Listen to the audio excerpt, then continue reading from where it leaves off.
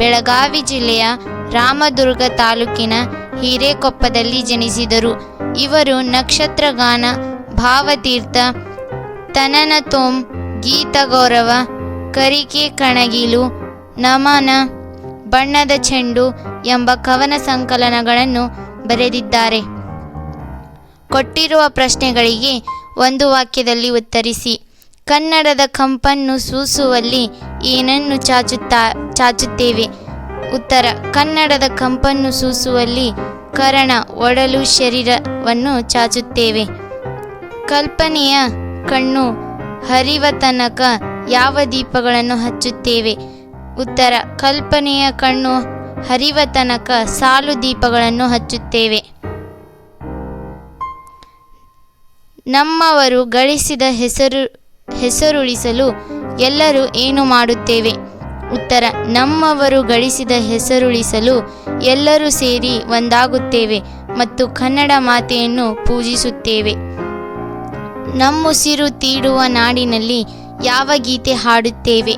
ಉತ್ತರ: ನಮ್ಮುಸಿರು ತೀಡುವ ಬೀಸುವ ನಾಡಿನಲ್ಲಿ ಮಾಂಗಲ್ಯ ಗೀತೆ ಹಾಡುತ್ತೇವೆ. ಕೆಳಗಿನ ಪ್ರಶ್ನೆಗಳಿಗೆ 2-3 ವಾಕ್ಯದಲ್ಲಿ ಉತ್ತರಿಸಿ. ಕನ್ನಡಿಗರು ಯಾವ ದೀಪವನ್ನು ಹಚ್ಚುತ್ತಾರೆ? ಉತ್ತರ: ಕನ್ನಡಿಗರು ಕನ್ನಡದ ದೀಪ, ಕರುನಾಡ ದೀಪವನ್ನು ಹಚ್ಚುತ್ತಾರೆ. ಈ ದೀಪವು ಶ್ರೀಮಂತ ನುಡಿಯ ದೀಪವಾಗಿದ್ದು, ಇದು ಕನ್ನಡಿಗರ ಒಲವನ್ನು, ಪ್ರೀತಿಯನ್ನು ತೋರುವ ದೀಪವಾಗಿದೆ. ಏನನ್ನು ಮರೆತು ಏನನ್ನು ಏರಿದು ಹೇಗೆ ಕನ್ನಡದ ದೀಪ ಹಚ್ಚುತ್ತಾರೆ? ಉತ್ತರ: ಕನ್ನಡಿಗರು ತಮ್ಮಲ್ಲಿರುವ ಭೇದ ಭಾವವನ್ನು ಮರೆತು ತೆರೆದ ಮನಸ್ಸಿನಿಂದ ಕನ್ನಡ ದೀಪವನ್ನು ಹಚ್ಚುತ್ತಾರೆ. ಈ ಕನ್ನಡದ ದೀಪಕ್ಕೆ ತಮ್ಮೊಲವನ್ನು ತೈಲವನ್ನಾಗಿ ಎರೆದು ಹಚ್ಚುವ ದೀಪವಾಗಿರುತ್ತದೆ.